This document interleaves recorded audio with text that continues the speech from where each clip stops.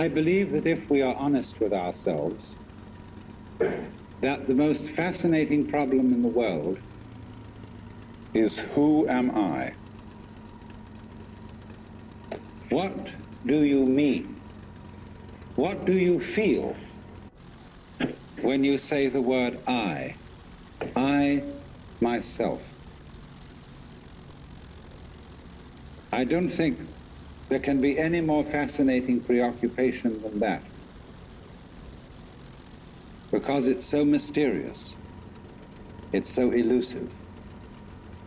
Because what you are in your inmost being escapes your examination in rather the same way that you can't look directly into your own eyes without using a mirror. You can't bite your own teeth.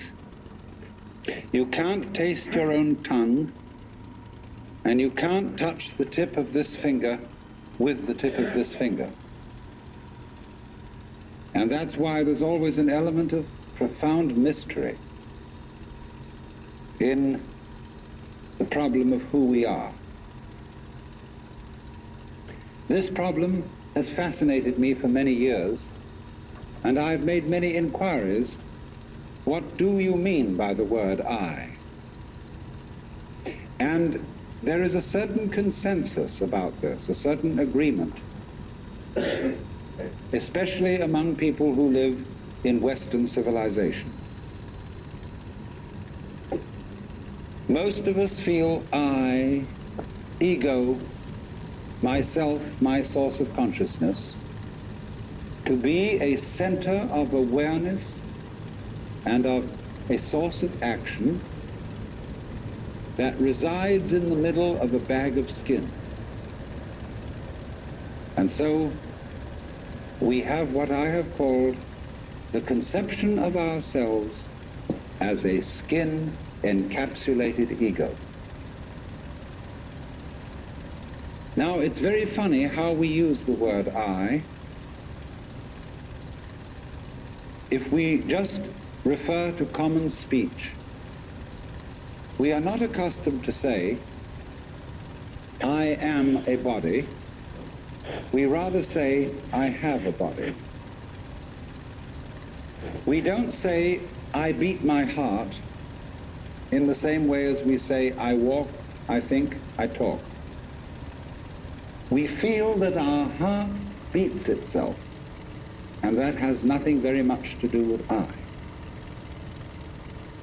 In other words, we don't regard I myself as identical with our whole physical organism. We regard it as something inside it. And most Western people locate their ego inside their heads. You are somewhere between your eyes and between your ears, and the rest of you dangles from that point of reference. It is not so in other cultures. When a Chinese or Japanese person wants to locate the center of himself, he points here, not here. Here to what Japanese call the kokoro, or the Chinese call shin, the heart, mind. Some people also locate themselves in the solar plexus. But by and large, we locate ourselves behind the eyes and somewhere between the ears, as if within the dome of the skull there was some sort of arrangement such as there is at the SAC headquarters in Denver, where there are men in great rooms surrounded with radar screens and all sorts of things, and earphones on, watching all the movements of planes all over the world. So in the same way, we have really the idea of ourselves as a little man inside our heads who has earphones on, which bring messages from the ears, and who has a television set in front of him, which brings messages from the eyes, and all sorts of electrode things are all over his body, giving him signals from the hands and so on, and he has a panel in front of him of buttons and dials and things. And so he more or less controls the body, but he isn't the same as the body, because I am in charge of what are called the voluntary actions. And what are called involuntary actions of the body, they happen to me. I am pushed around by them, but to some extent also I can push my body around. This, I have concluded, is the ordinary, average conception of what is oneself.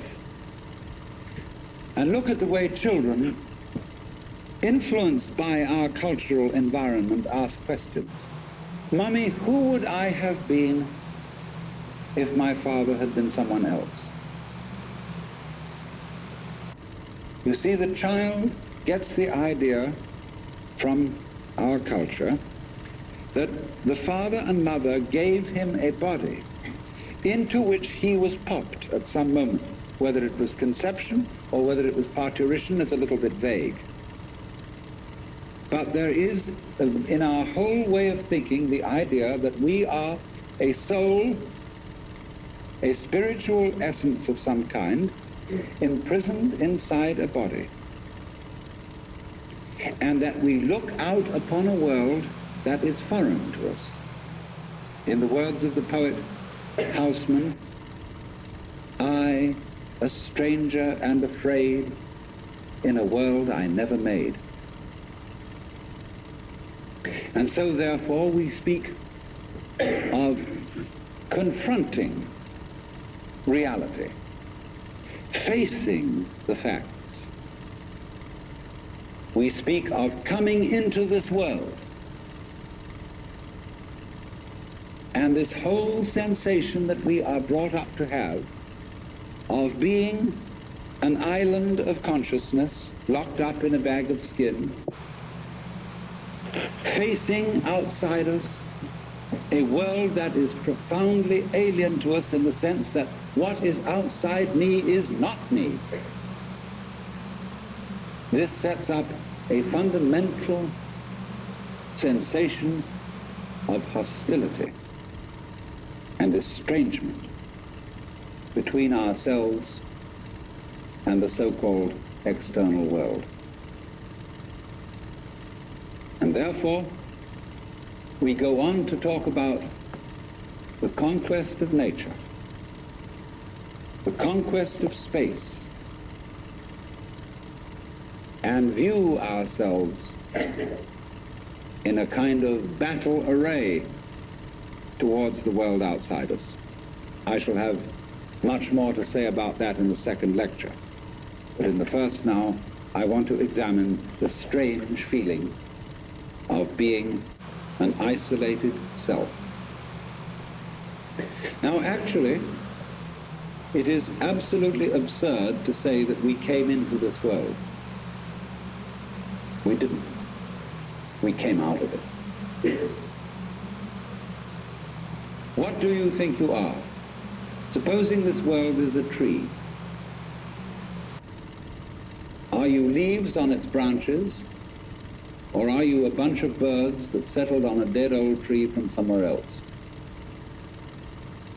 Surely, everything that we know about living organisms from the standpoint of the sciences shows us that we grow out of this world, that we, each one of us, are what you might call symptoms of the state of the universe as a whole. But you see, that is not part of our common sense. Western man has for many centuries been under the influence of two great myths. When I use the word myth, I don't necessarily mean falsehood. To me, the word myth signifies a great idea in terms of which man tries to make sense of the world. It may be an idea, it may be an image. Now, the two images which have most profoundly influenced Western man are, number one, the image of the world as an artifact. Like a carpenter's table or a jar made by a potter. Indeed, in the book of Genesis, there comes the idea that man was originally a clay figurine made out of the earth by the Lord God, who then breathed into this clay figurine and gave it life. And the whole of Western thought is profoundly influenced through and through and through by the idea that all things, all events, all people, all mountains, all stars, all flowers, all grasshoppers, all worms, everything are artifacts. They have been made. And it is therefore natural for a Western child to say to its mother, "How was I made?"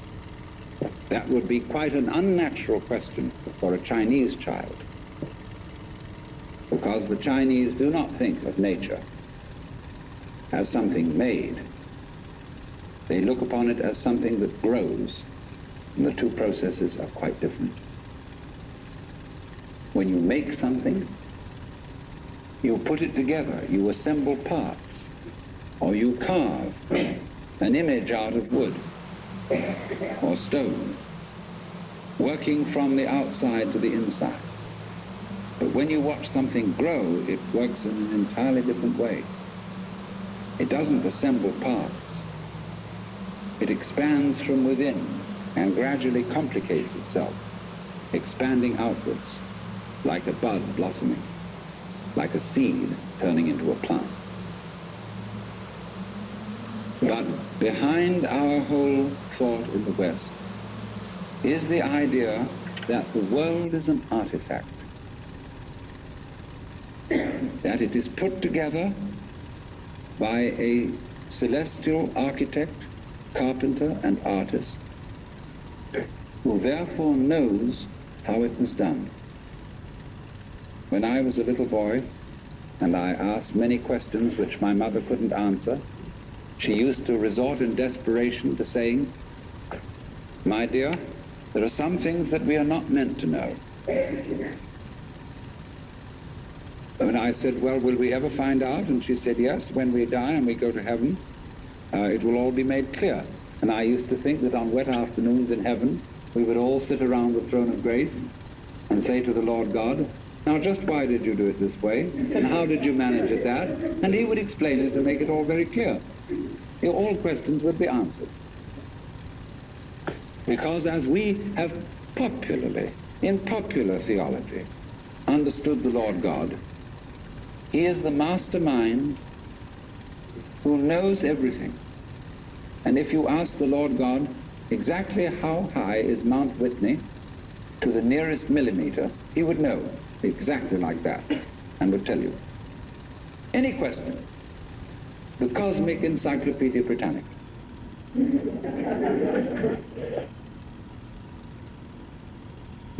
Unfortunately, this particular image or myth became too much for Western man because it was oppressive.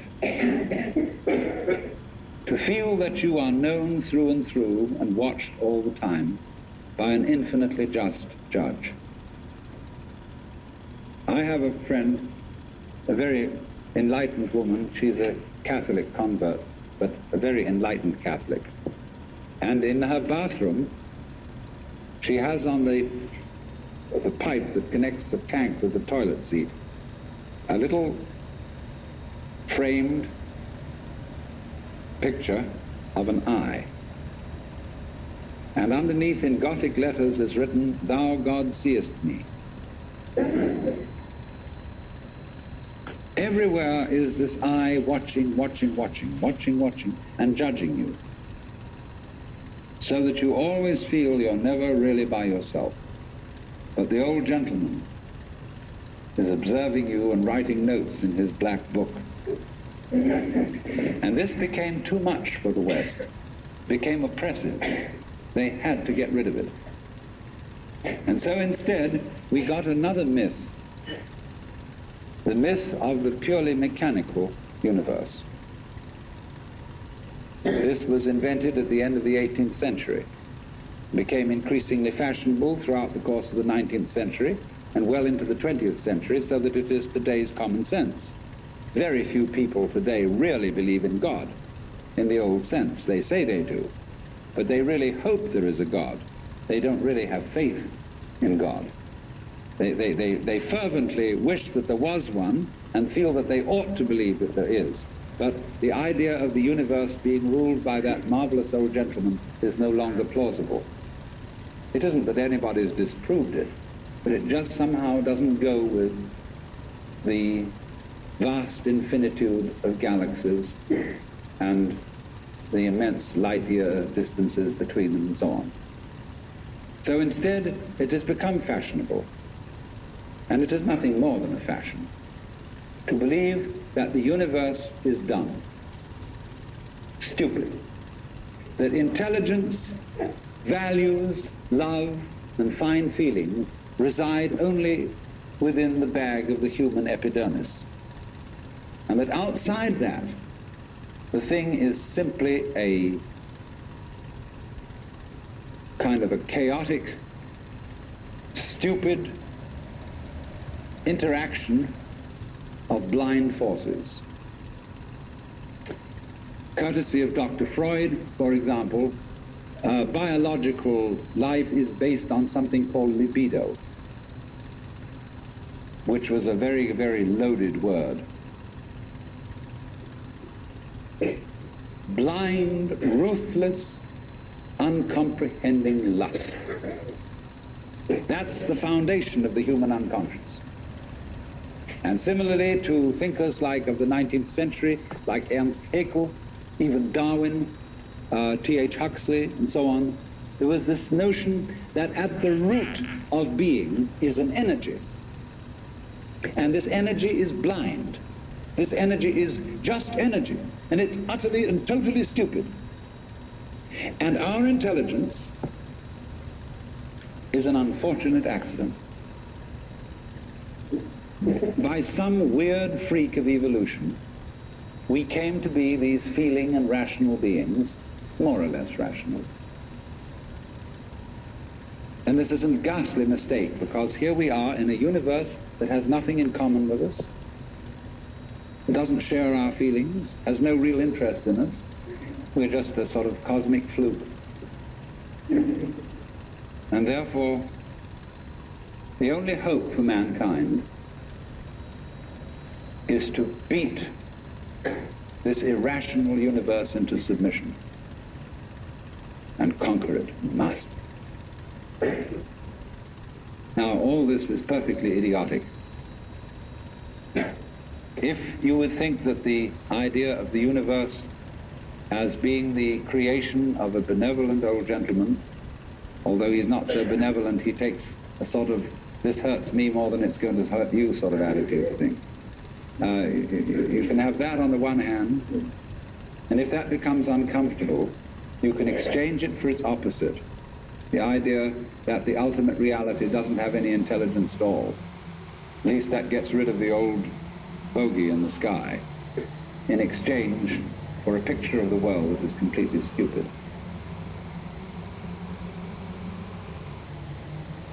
Now, these ideas don't make any sense, especially the last one, because you cannot get an intelligent organism, such as a human being, out of an unintelligent universe. The saying in the New Testament that figs do not grow on thistles nor grapes on thorns applies equally to the world. You do not find an intelligent organism living in an unintelligent environment.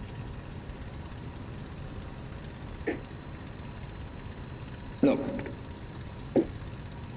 here is a tree in the garden, and every summer it produces apples, and we call it an apple tree. because the tree apples.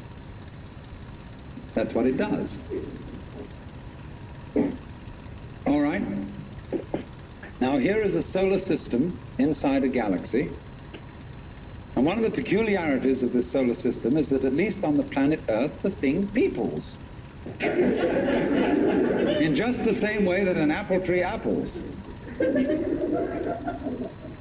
Now maybe 2 million years ago, somebody came from another galaxy in a flying saucer and had a look at this solar system, and they looked it over and shrugged their shoulders and said, just a bunch of rocks. And they went away. Later on, maybe 2 million years later, they came around and they looked at it again. And they said, excuse me, we thought it was a bunch of rocks, but it's peopling.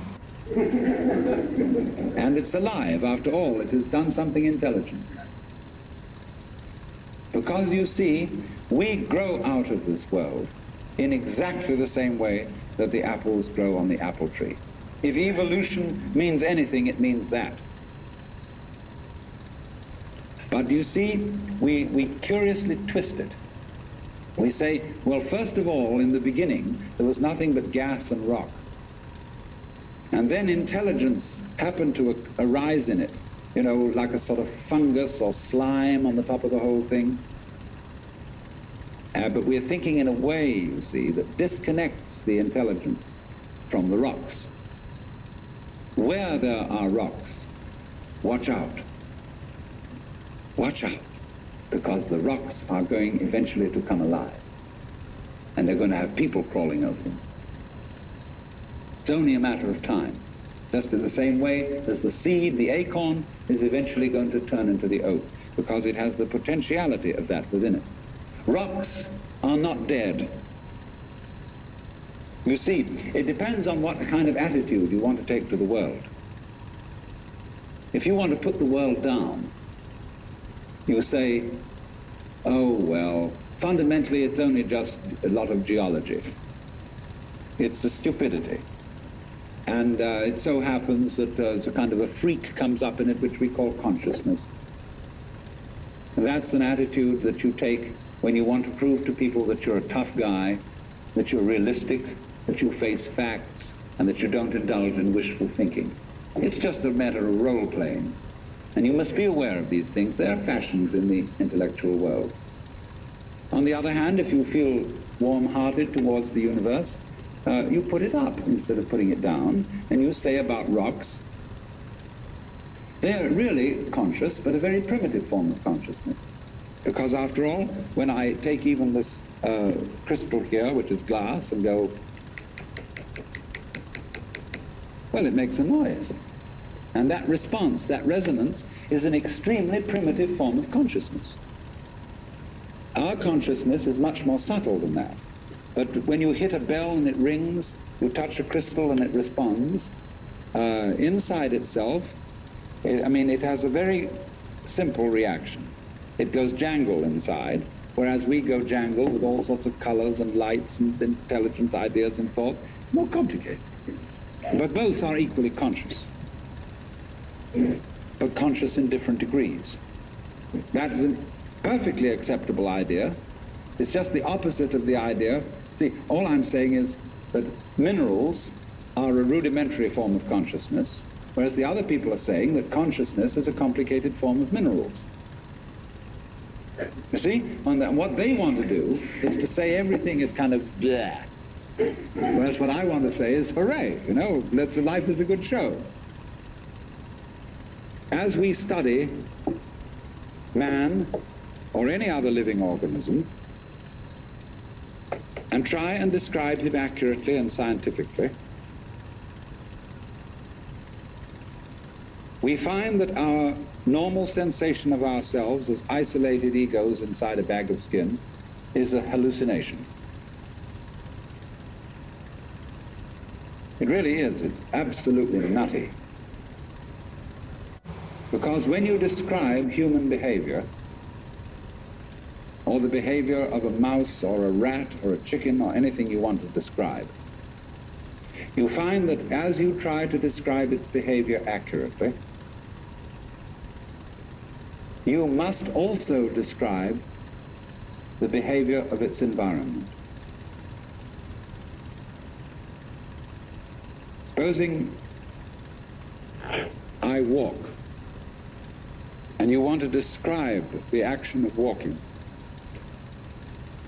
You can't talk about my walking without also describing the floor. Because if you don't describe the floor and the space in which I am moving, all you will be describing is somebody swinging his legs in empty space. So as to describe my walking, you must describe the space in which you find me. You know, you couldn't see me unless you could also see my background, what stands behind me. See, if I myself, if the boundaries of my skin were coterminous with your whole field of vision, you wouldn't see me at all. You would see my bright red vest instead. That's why I put it on this evening, to demonstrate the point. And that would be the thing that filled your field of vision, that was the thing standing there. You wouldn't see me, because in order to see me, you have to see not only what is inside the boundary of my skin, but you have to see what is outside it too. Now that's terribly important. Really, the fundamental, ultimate mystery, the only thing you need to know to understand the deepest metaphysical secrets is this, that for every outside there is an inside, and for every inside there is an outside. And although they are different, they go together. There is, in other words, a secret conspiracy between all insides and all outsides, and the conspiracy is this: to look as different as possible and yet underneath to be identical, because you don't find one without the other. Like Tweedledum and Tweedledee agreed to have a battle. Note that, agreed. So there is a secret. What is esoteric, what is profound, and what is deep is what we will call the implicit. What is obvious and on the open is what we will call the explicit. And I and my environment, you and your environment, are explicitly as different could be. But implicitly, you go together. And this is discovered by the scientist when he tries, as well, the whole art of science is to describe what happens exactly. And when he describes exactly what you do, he finds out that your behavior is not something that can be separated from the behavior of the world around you. He realizes then that you are something that the whole world is doing. Just as when the sea has waves on it, all right, the sea, the ocean is waving. And so each one of us is a waving of the whole cosmos, the entire works, all there is. And with each one of us, it's waving and saying, yoo-hoo, here I am. Only it does it differently each time, because variety is the spice of life. But you see, the funny thing is, we haven't been brought up to feel that way. Instead of feeling that we, each one of us, are something that the whole realm of being is doing, we feel that we are something that has come into the whole realm of being as a stranger. When we were born, we don't really know where we came from, because we don't remember. And we think when we die, that's just going to be that. Some people console themselves with the idea that they're going to heaven, or that they're going to be reincarnated, or they're going to Summerland or something, you know. People don't really believe that. For most people it's plausible. The real thing that haunts them is that when they die, they're going to sleep and never going to wake up. They're going to be locked up in the safe deposit box of darkness forever. But that all depends, you see, upon a false notion of what is oneself. Now, the reason why we have this false notion of ourselves is, as far as I can understand it, that we have specialized in one particular kind of consciousness. Being very general and rough, we have two kinds of consciousness. One I will call the spotlight, and the other the floodlight.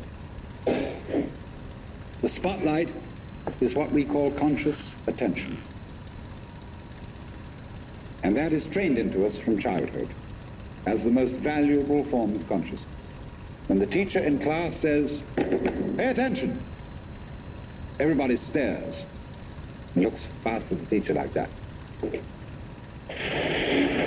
That's spotlight consciousness. Fixing your mind on one thing at a time. Concentrate. And even though you may not be able to have a very long attention span, nevertheless you concentrate. You use your spotlight, one thing after another, flip, flip, flip, flip, flip, flip, flip, flip, like that. But we also have another kind of consciousness, which I'll call the floodlight. For example, you can drive your car for several miles with a friend sitting next to you, and your spotlight consciousness will be completely absorbed in talking to your friend. Nevertheless, your floodlight consciousness will manage the driving of the car, will notice all the stoplights, the other idiots on the road, and so on, and you'll get there safely, without even thinking about it. But our culture has taught us to specialize in spotlight consciousness and to identify ourselves with that form of consciousness alone.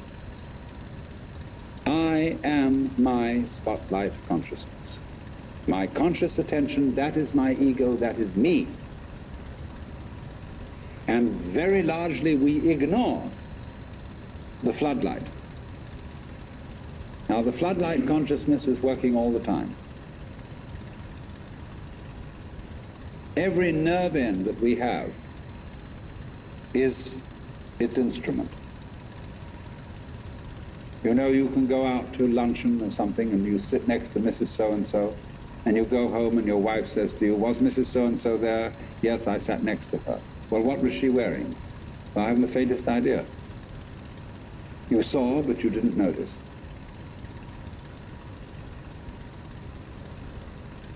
Now, because we have been brought up to identify ourselves with the spotlight consciousness, and the floodlight consciousness is undervalued, we have the sensation of ourselves as being just the spotlight. Just the ego that looks and attends to this and that and the other. And so we ignore and are unaware of the vast, vast extent of our being. People who by various methods become fully aware of their floodlight consciousness have what is called a mystical experience, or a cosmic consciousness, or what the Buddhists call bodhi, awakening. The Hindus call moksha, liberation, because they discover that the real deep, deep self, that which you really are, fundamentally and forever, is the whole of being. All that there is, the works, that's you. Only that universal self that is you has the capacity to focus itself at ever so many different here and nows. So when you use the word I, this, as William James said, is really a word of position, like this or here. Just as a sun or star has many rays, so the whole cosmos expresses itself in you, in you, in you, in you, in you, with all the different variations. It plays games. It plays the John Doe game, the Mary Smith game. It plays the beetle game, the butterfly game, the bird game, the pigeon game, the fish game, the star game. Just like these are games that differ from each other, just like backgammon, whist, bridge, poker, pinochle, or like waltz, mazurka, minuet, and so on. It dances with infinite variety. But every single dance that it does, that is to say, you is what the whole thing is doing. But you see, we forget it.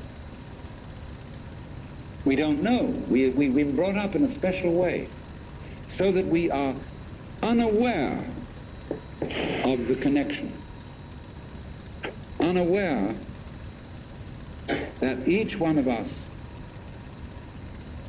is the works, playing it this way for a while.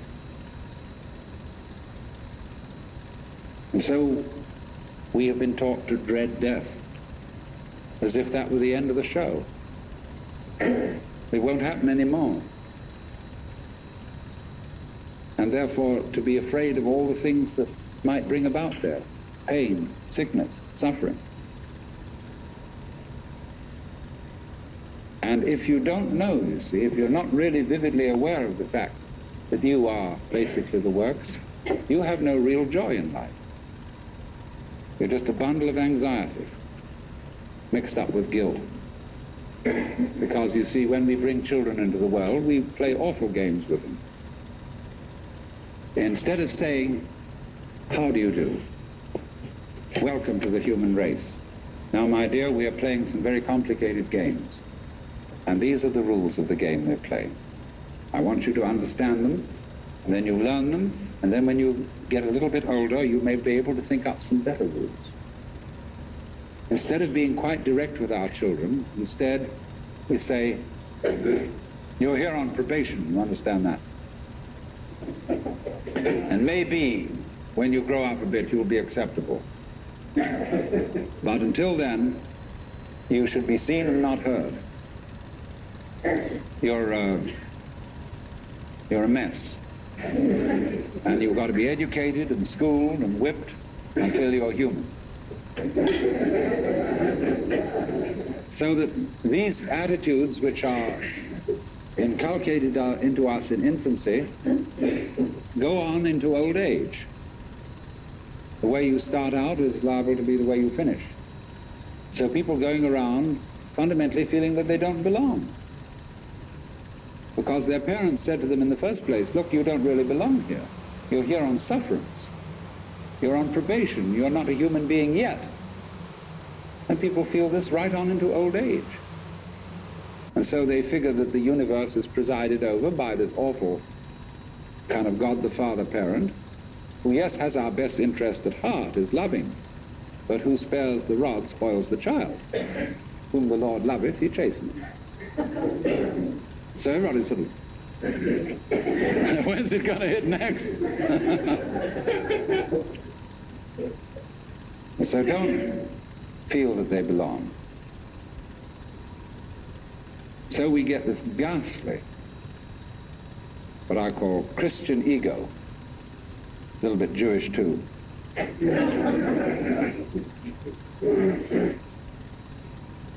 Who really feels that he's homeless, he's an orphan. Even the Christians say we are sons of God by adoption and grace. Not real sons, but by adoption and grace and suffering.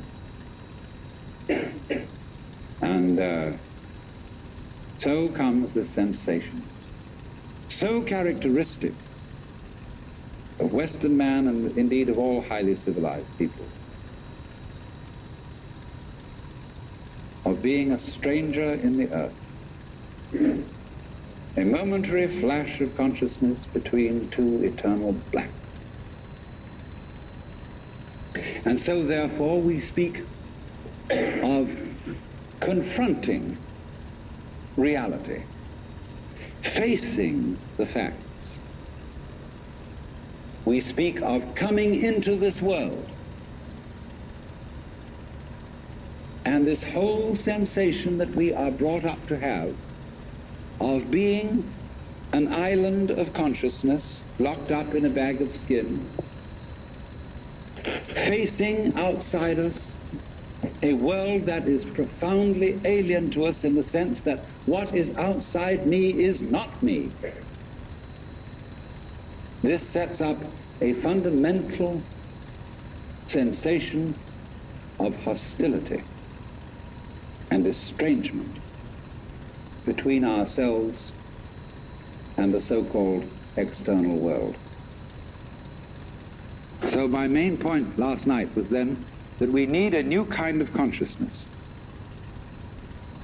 in which every individual becomes aware that his real self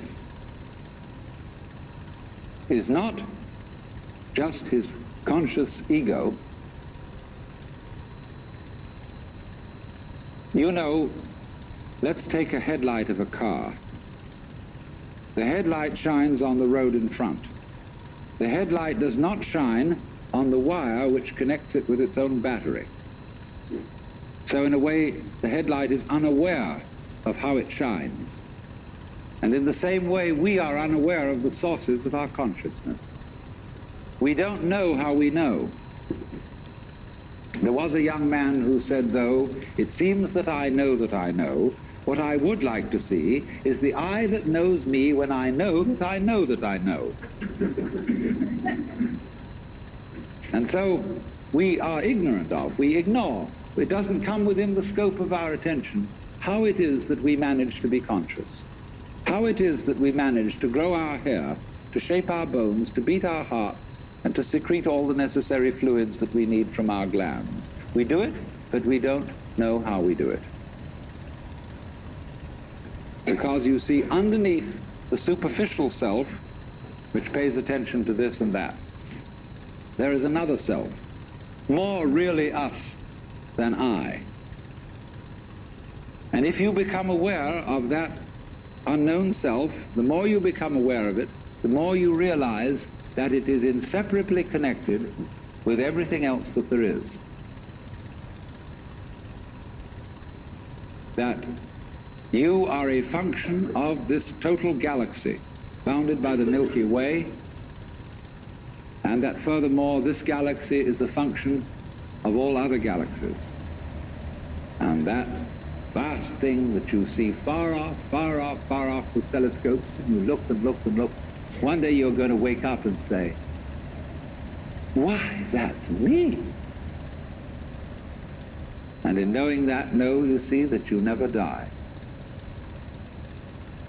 That you are the eternal thing that comes and goes, that appears now as John Jones, now as Mary Smith, now as Betty Brown, so it goes forever, ever, ever. Most of us are brought up to feel that what we see out in front of us is something that lies beyond our eyes out here. That the colors and the shapes that you see in this room are out there. Now, in fact, that is not so. In fact, all that you see is a state of affairs inside your head. All these colors, all these lights are conditions of the optical nervous system. There are, outside the eyes, quanta, electronic phenomena, vibrations. But these things are not light. They are not color until they are translated into states of the human nervous system.